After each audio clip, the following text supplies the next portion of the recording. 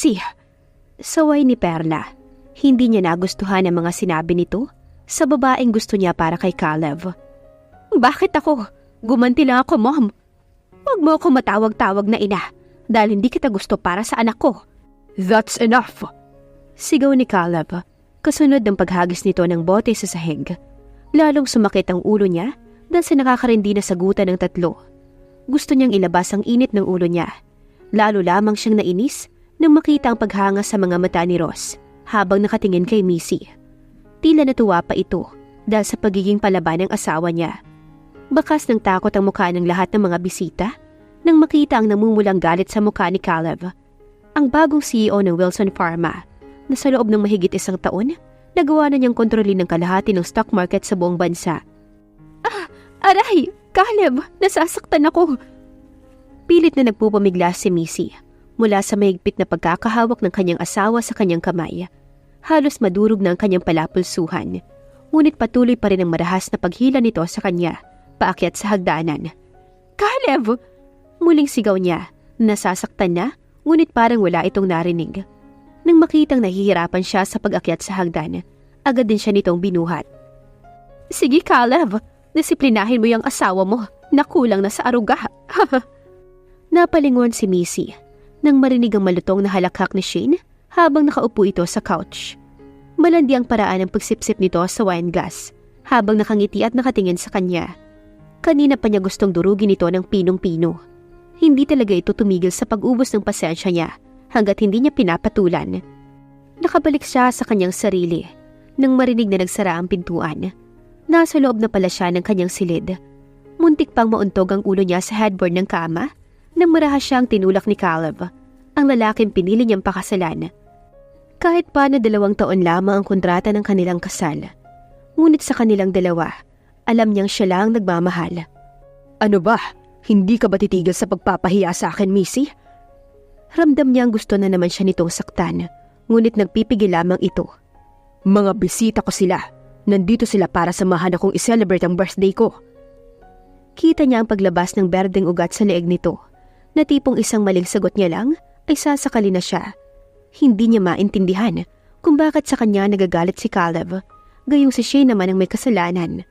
Mapakla siyang umiti dahil sa mga naisip niya. At ako ha? Ano ako sa'yo, Caleb? Tau-tauhan mo lang sa loob ng bahay mo para lang may matawag kang asawa? Hindi ba't ginawa ko naman ang lahat upang pagsilbihan sila? Hindi naman yata tama na pati babae mo. Hayaan mo na lang na utos-utusan ako. Nakita niya kung paano mag-alsahan ng mga matitigas na muscles nito sa katawan. Maging ang paggalaw ng mga panga nito ay nagpapahiwatig na puno na ito sa pagtitimpi sa kanya. Missy, alam mo kung ano ka lang sa buhay ko. Mahina ngunit mariin itong sagot. Sandali siyang natigilan dahil sa sinabi nito. Masakit iyon para sa kanya. Ano ba ang mag-aagawa niya kung siya lang nagmamahal? Ngunit pinilit niya ang sarili na maging manhid. Of course, hindi ko nakakalimutan kung ano lang ako sa buhay mo. Diba noon pa sinabi ko na sa'yo na maghiwalay na lang tayo? Bakit hindi mo na lang ako palayain, Caleb? Matagal siya nitong tinitigan. Hindi niya maintindihan kung bakit parang nakikita niya ang sakit na gumuhit sa mukha nito dahil sa sinabi niya. Dahil hindi pa tapos ang kontrata natin. And I paid you $1 billion for that 2 years contract. Sumigaw din ito sa kanya na tila ba inaasahan na lang niya na puputok na ang ugat sa leeg nito. Mahina siyang tumango-tango. I see. In that case, I will pay you 3 times of what you paid to me to get my freedom. Nakipagtagisan siya ng matalim na titig kay Caleb. Ang alam lang niya ay pagod na siya sa pagpaparamdam sa lalaki na mahal niya ito, na hindi mahalaga sa kanya ang pera na binayad nito dahil hindi niya kailangan ng mga yun. Pumayag siyang magpakasal, hindi sa pera, kundi umaasa siya na baka sa loob ng 2 taon, magagawa niyang paibigin ito sa kanya. Ngunit sadyang matigas ang puso nito. Maaaring kapag nawala siya, maging masaya ito sa piling ni Shane. I won't give your freedom till I have my son. Nanlalabo ang mga mata ni Caleb sa pagpigil ng hindi maipaliwanag na emosyon. Bakit ba napakadali sa babaeng to na hiwalayan siya? Napaigdad si Missy sa gulat nang marinig ang malakas na pagsara ng pinto. Nanlalambot ang kanyang tuhod na umupo sa kama. Saka pa lang niya ibinuhos sa mga luha niya na kanina pa gustong kumuwala mula sa kanyang mga mata. Tama ang Kuya Miko niya. Walang maidudulot na maganda ang pagpapakasal sa taong siya lang nagmamahal. Gusto naman niyang lunurin ang sarili sa alak, tulad ng palagi niyang ginagawa sa tuwing nag-aaway sila ni Caleb. Ngunit nang maalala na buntis pala siya, nagkasya na lamang siya sa pag-inom ng juice. Inayos niya ang sarili at lumabas ng silid. Mula sa ibaba, hindi na niya nakita pa si Caleb. Nakaramdam siya ng guilt. Sana nagtimpi na lamang siya upang hindi masira ang kaarawan ng asawa niya. Unti-unti na rin nagsiuwian ng mga bisita. Tama naman na dumaan si Manang Salve, kaya niya ito tinawag. Manang, masama ang pakiramdam ko. Pakidala naman po ako ng juice sa kwarto namin ni Caleb. Sige po ma'am. Agad na siyang bumalik sa silid nila ni Caleb. Pabalik na siya nang marinig niya na may nag-uusap sa veranda, malapit lang sa kanyang silid. Michael, wala ka bang gagawin upang hiwalayan ng anak mo ang babaeng yan? Masyado na siyang perwisyo sa atin. Hayaan mo na ang anak natin. Okay naman si Missy. Kung paghihiwalayan mo sila, sino ang gusto mong pakasalan ng anak natin? Si Shane? Hindi ba yun naman talaga ang plano? Si Shane naman talaga ang dapat pakasalan ni Caleb. Ngunit nagkaroon siya ng ovarian cyst, kaya tinanggal ang 2 ovary niya. Si Missy na lang pinakasalan ni Caleb para anakan. Kapag nanganak na si Missy, hihiwalayan din siya ni Caleb at kukunin ng bata. 2 taon lang naman ang kontrata nila dahil si Shane ang talagang papakasalan ni Caleb. Kung ganyan nga ang plano, ano pang pinagpuputok ng butsi mo? Hayaan mo na lang ang anak mo ang magdesisyon. Huwag mo siyang pakialaman. Nanikip ang dibdib ni Missy na bumalik sa silid nilang mag-asawa. Gusto niyang sumigaw upang maibsan ang sakit na nararamdaman niya. Ngayon malinaw na sa kanya ang lahat. Ang buong akala niya, pinakasalan siya ni Caleb upang makuha nito ang posisyon bilang CEO. Siya naman itong si Gaga, ginamit ang pagkakataon upang pumayag magpakasal sa lalaking kailanman ay hindi siya minahal. Tumatawa siyang umiiyak. Mission accomplished, Missy. Napakahangal mo. Sigaw niya habang nakaharap sa salamin. Huminto siya sa pag-iyak nang bumaba ang paningin niya sa kanyang tiyan. Hinding-hindi mo makukuha ang anak mo sa akin, Caleb. Sinusumpa kong daraan ka muna sa maraming butas ng karayom bago mangyari yan. Kinabukasan nagising si Missy na ang buong akala niya ay mag-isa lang sa kanyang silid. Nakapikit siyang kinapa sa higaan kung pumasok si Caleb kagabi at dito natulog sa kanyang silid. Dumilat siya ng mga mata nang may kinapa siyang katabi niya sa higaan. Napabalikwas siya ng bangon nang mapagtanto na hindi si Caleb ang katabi niya, kundi ang stepbrother nitong si Ross. Mahimbing pa rin ang tulog nito. Inikot niya ang paningin ng ibang sapin ng kama. Nandito siya sa guest room? Paano siya nakarating sa guest room? Gayong malinaw sa alaala niya, nasa loob sila ng silid nila ni Caleb siya natulog. Hindi siya uminom kagabi. Natutop niya ang labi nang maalala na may ininom siyang juice na hinatid ni Megan, ang batang katulong na anak ni Manang Salve. Yun lang ang ininom niya at agad siyang nakatulog. Akala niya dahil sa sobrang pagod lang niya, kaya nakaramdam kaagad siya ng antok. Ngunit may posibilidad na nilagyan ng sleeping pills ang juice niya. Bakit hindi man lang siya nakaramdam na may lumapit sa kanya sa guest room? Kinapa niya ang sarili. Alam niyang hindi siya ginalaw dahil wala siyang nararamdaman na pananakit ng katawan o ng balakang. Dali-dali siyang bumaba ng kama at hinanap ang mga damit niya. Nang hindi niya ito mahanap, kinuha niyang nakasabit na tuwalya at yun ang ginamit niyang balabal sa katawan. Mabilis siyang lumabas ng guest room at bumalik sa kanilang silid ni Caleb. Bakit hindi man lang siya nito hinanap? Kung sa bagay, wala naman itong pakialam sa kanya. Binuksan niya ang pintuan at lalo lamang siyang nasindak sa kanyang nakita. Parehong walang suot na anuman si Caleb at Shane habang magkayakap sa ibabaw ng kanilang kama. Si Shane na nakatulog at nakapatong sa ibabaw ni Caleb. Gusto niyang sabunutan ng dalawa sa sobrang gigil niya. Nagawa siyang ilipat ni Caleb kagabi para lang si Shane ang makasama nito sa kama. Kung ganoon, totoo ang mga narinig niya kagabi. Si Shane ang laman ng puso nito at hindi siya.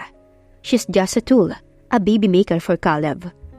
Mabigat ang kanyang mga paa na bumalik roon sa guest room. Umupo siya sa gilid ng kama. Naninikip na ang kanyang dibdib dahil sa patuloy na pag-iyak. Sa sobrang sakit ng nararamdaman niya, nakalimutan niyang may kasama siya sa loob ng silid. What are you doing there, babe? Come here. Hindi niya napaghandaan ang biglang paghila sa kanya ni Ross, dahilan upang matumba siya sa higaan. Agad siya nitong niyakap. Hindi kita natikman kagabi dahil tulog ka na. Ayoko pa naman lumaban sa babae na hindi lumalaban. Mabuti at gising ka na ngayon. Pwede nating ituloy. Bitiwan mo ako. Mabilis siyang bumangon. Napakaloko mo! Baliw ka! Malakas na sinuntok ni Caleb si Ross sa panga. Hinila niya ito pababa sa kama para lang suntukin ulit, kaya ito tumilapon sa sulok. Parang papatay ng tao ang mga mata niya sa galit nang makita niyang magkasipi ang dalawa kanina. Galit niyang binalingan ng asawa. You dared to betray me! Napahawak si Mrs. sa dibdib niya nang duruin siya ni Caleb. Bakit siya pang nabaliktad? Gayong ito ang nakita niyang katalik si Shane. Hinawakan nito ang leeg niya at nilapit sa mukha nito. Hindi ba't ako ang dapat magsabi niyan? You dared to fool me! Tila hindi siya narinig ni Caleb dahil nangingibabaw na ang sobrang selos at galit nito sa kanya. Hinawakan nito ang kanyang buhok kaya napatigil siya. Kating-kati ka na ba? At hindi ka na makapaghintay na isilang ang anak ko bago ka pumatol sa kapatid ko? Nagtatagi sa mga bagang nito sa galit. Caleb, bitawan mo ako. Nasasaktan ako. Nagpupumigla si Missy mula sa pagkakasakal ni Caleb. Bumalik sa alaala niya ang nangyari sa kanyang ina noon. Sinakal din ito ng kanyang ama dahil sa maling dahilan. Hindi niya hahayaan na mangyari rin iyon sa kanya. Inubos niya ang kanyang lakas nang abutin ng kamay nito at kinagati yun. Saka pa lamang siya nito binitiwan. Mahina siyang napaubo at hinawakan ng kanyang liig. Malakas na sampalang nagpagising kay Caleb mula sa sobrang galit. Nakita niya ang nababadyang luha mula sa mga mata ni Missy habang nakikipagtagisan nito ng tingin sa kanya. Wala na siyang nakikitang kislap sa mga mata nito, kundi puro pagkasuklam na lamang sa kanya. Hindi kasama ang kaluluwa ko sa binayaran mo. Alam mo bang pinakasalan kita dahil umaasa akong mamahalin mo rin ako? But sa'yo na ang pera mo dahil hindi ka karapat-dapat maging ama ng anak ko. Dinuro niya ito sa dibdib. Sinigaw na niya ang lahat ng hinanakit niya na naipon sa loob ng kanyang dibdib. Mapakla siyang umiti habang nakatingin sa dominanting mukha ng lalaking mahal niya. Ngunit noon iyon, dahil naubos na ang natitirang pagmamahal niya para rito. I want to end this game of yours. Nakita niya kung paano magbago ang anyo ng mukha nito dahil sa sinabi niya. She wants to end this game. Mabilis siyang tumalikod habang nakatulala pa rin si Caleb. Bye, Missy. Napahinto siya sa paglalakad nang mapansin si Shane na malanding nakasandal sa gilid ng pintuan. Nakatapis pa rin ito ng tuwalya katulad niya. Napansin rin niya ang mga magulang ni Caleb na hindi alam kung anong gagawin. Bakas ang pagtataka sa mga mata ng mga ito. Gayunpaman, hindi niya ito pinansin. Gigil siyang lumapit kay Shane at walang pasabi itong sinampal. That's for my son. And that is for me. Kasabot mo pa si Ross para lang sirain ako? Hindi ako boba para hindi malaman ang pinaplano niyo. Nakita niya kung paano lumaki ang mga mata nito dahil sa pambubuking niya. How dare you touch my husband? Dinugtungan niya ang sinabi nito. Sinigurado niyang maririnig din ito ni Caleb. Kitang-kita niya kung paano ito nagulat ng balingan niya. Gusto niyang iparating na hindi siya hangal para hindi malaman na nakipagdu ito kay Shane. Muli niyang hinarap ang babae at mapang-uyam ng nginitian. Thank you for ending my pain.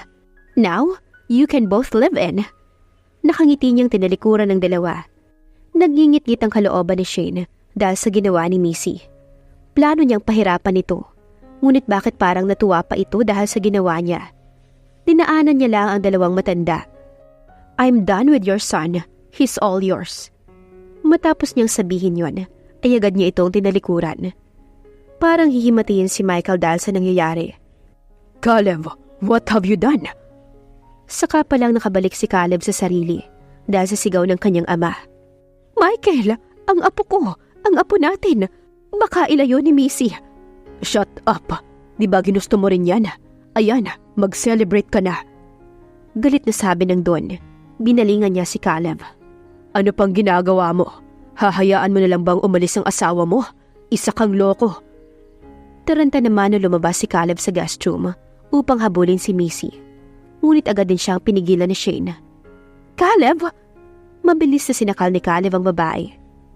Dahil sa'yo, kaya nasira ang pamilya ko. Huwag na huwag ka na magpapakita sa akin kung ayaw mong mapatay kita. Patulak niya ang binitawan si Shane, kaya tumilapon ito sa sahig habang umiiyak. Mabilis na nilak ni Missy ang pintuan at nagbihis. Kinuha niya ang lahat ng kanyang damit mula sa wardrobe at pinasok iyon sa loob ng katamtamang size na maleta. Missy, open the door. Hindi niya pinansin ang pagsipa ni Caleb sa pintuan. Wala na siyang pakialam pa sa lalaki. Ilang buwan na lang, mawawala na rin ang bisa ng kanilang kasal. Mas lalo niyang binilisan ang pagpasok ng mga damit sa maleta. Wala nang tupi-tupi dahil nagmamadali siya. Missy! Muling sigaw nito, ngunit hindi na siya natatakot. Naubos na ang takot at pagmamahal niya para kay Caleb. Galit na lamang ang namayani sa kanya ngayon. Tanging natira na lamang ngayon sa kanya ay ang pagmamahal sa kanyang anak. Ang mahalaga, malayo niya ang anak niya sa ama nito na walang silbi. Saka pa lang siya nakahuma nang mapansin na bumukas na ang pintuan. Sinira pala ito ni Caleb. Missy, stop what you're doing. Kinuha nito sa kanya ang mga damit niya, ngunit hindi siya nagpaawat. Nandidiri siya rito. Huwag mo akong hawakan. Tinulak niya ito. I said enough. Galit nito ang sigaw sa kanya. Hindi ka aalis. Dito ka lang sa bahay hanggat hindi mo pinapanganak ang anak ko. Pati maleta niya ay binuhat nito at hinagi sa labas ng bintana. Ha? Sa tingin mo isisilang ko ang anak mong to? No way! Mas pipiliin ko pang mamatay.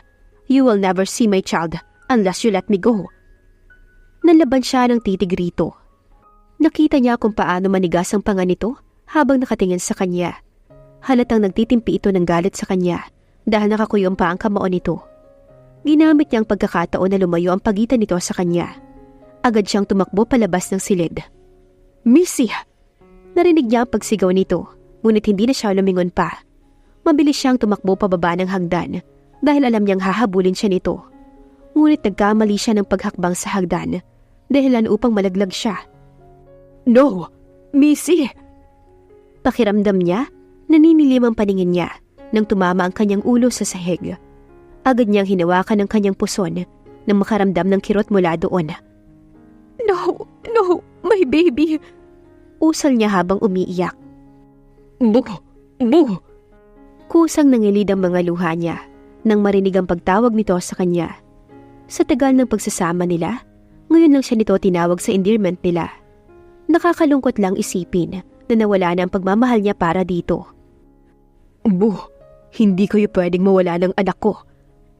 Naramdaman niyang binuhat siya ni Caleb. Naririnig pa niya ang sunod-sunod na pagmura nito habang kinakarga siya papasok sa loob ng sasakyan. Kuya, help me! Pinindot niya ang alarm button sa suot niyang wristwatch. Hudyat na kailangan niya ng tulong mula sa Kuya Miko niya. Ginawa niya ito bago siya mawala ng malay. Ano kaya ang mangyayari kay Missy at sa pinagbubuntis nito? Ano kaya ang maaaring gawin ng kakambal nitong si Miko?